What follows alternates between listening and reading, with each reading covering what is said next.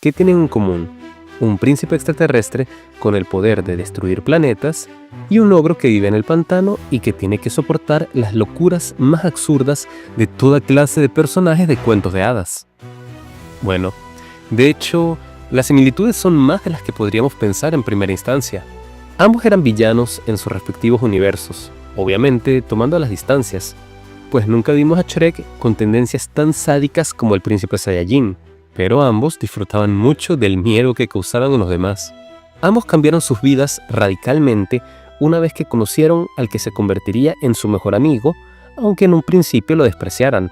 Además, gracias a la influencia de este amigo de noble corazón y de coeficiente intelectual dudoso, terminarían conociendo al amor de su vida, con el que poco a poco se irían suavizando, consagrando este cambio una vez que se volvieron hombres de familia. Pero creo que el aspecto más interesante que comparten estos dos personajes es que ambos enfrentaron el mismo problema que muchos hombres enfrentan en cierta etapa de sus vidas. Así es, la temible crisis de los 40. La crisis de los 40 es un fenómeno psicológico en el cual las personas, al llegar a cierta etapa de sus vidas, usualmente a mediados de sus 40, comienzan a pensar que el camino que les queda es menor del que han recorrido. Básicamente, los sueños de grandeza que tenían en su juventud son reemplazados por una visión más cruda y monótona de la vida. Adicional a todo esto, está el hecho de que este suele ser el punto en el que las personas caen en conciencia de que son muy diferentes a su yo más joven, lo que de cierto modo puede sentirse como una traición. Es decir, un día eres un joven rebelde sin ninguna atadura, con libertad de recorrer el mundo y vivir toda clase de experiencias, y luego te encuentras atrapado con obligaciones, responsabilidades y gente que depende de ti. Y por más afortunada que sea tu situación, una parte de ti siempre extrañará aquellos días donde nada te ataba. Esto ha sido un elemento tan marcado en nuestra cultura que ha sido pieza clave en el desarrollo de cientos de personajes en la cultura popular. No por nada, hemos tenido representaciones de este problema en toda clase de géneros, desde dramas como Belleza Americana hasta películas animadas como es el caso de Los Increíbles.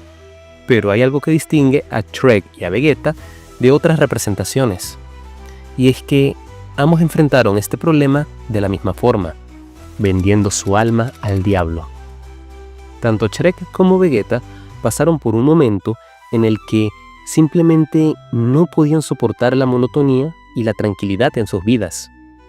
Si bien tenían una familia que los amaba y un lugar al que podían llamar hogar, extrañaban profundamente sus días de gloria, aquellos días donde no tenían a nadie que los limitase, donde podían dar rienda suelta a todos sus deseos, y en el caso particular de estos personajes, los días donde la moralidad no era un obstáculo. Algo que la gente parece olvidar es que cuando alguien sufre un cambio muy radical, no es algo que simplemente acepte y ya. Todo cambio sufre altas y bajas. Si de algún modo consigues la forma de volver a aquellos días, aunque sea por un momento, tomarías la oportunidad. Y si lo hicieras, ¿qué estarías dispuesto a dar a cambio? En el caso de estos personajes, el costo fue muy alto. En el caso de Vegeta, el príncipe Saiyajin demostró una gran complejidad, pues como él mismo declaró, ya no era la misma persona que antes. El guerrero Saiyajin que destruía civilizaciones enteras y que se regocijaba con demostrar su superioridad ante los demás, había sido domado. Su estancia en la Tierra poco a poco lo había ido ablandando, al punto de que se sentía a gusto. Incluso había llegado a formar una familia y sentir aquello que tanto criticó en el pasado: debilidad por sus propios vínculos. Todo esto le hacía debatirse al príncipe si realmente había traicionado su propia esencia. ¿Dónde había quedado el Saiyajin frío y calculador que era en el pasado? Ese guerrero despiadado debería estar insultando a este Vegeta. Pero, al igual que como pasa con muchos, estos sentimientos se irían formando a través de los años, pero no fue hasta que llegó un catalizador que el príncipe estalló. Este catalizador fue Goku, el rival de Vegeta. Desde su primer encuentro, Vegeta encontró en Goku un rival a quien superar, volviéndose este su principal objetivo. Lamentablemente, después de la muerte de Goku, Vegeta simplemente había perdido su camino. Ya no había un objetivo, ya no había un rival a superar, un enemigo a vencer. No había nada que alimentara su espíritu de guerrero. Por eso, cuando Goku vuelve, Vegeta nuevamente siente esa emoción por pelear. Por fin podría cerrar aquel capítulo que había comenzado tantos años atrás. Pero con lo que no contaba Vegeta era con dos cosas. La primera, que Goku se volviese más poderoso que él. Y la segunda, que ya no era el mismo Vegeta.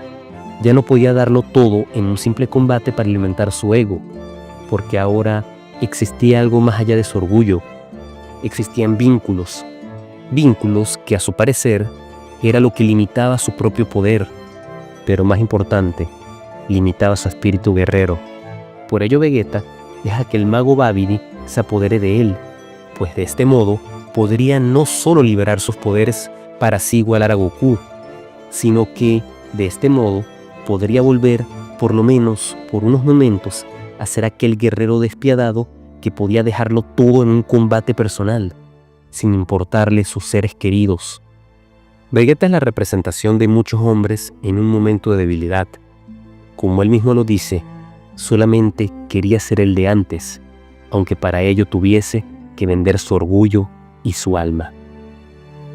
En el caso de Trek, el desarrollo de su personaje es algo mucho más tangible a la realidad, pues más que el dolor de no ser el que era antes, Trek era un prisionero de la monotonía, y es que, aunque sea en condiciones realmente envidiables, la monotonía termina hiriendo el espíritu. Trek tiene una esposa que lo ama, 3 maravillosos hijos y grandes amigos que darían todo por ayudarlo, y él es consciente de esto.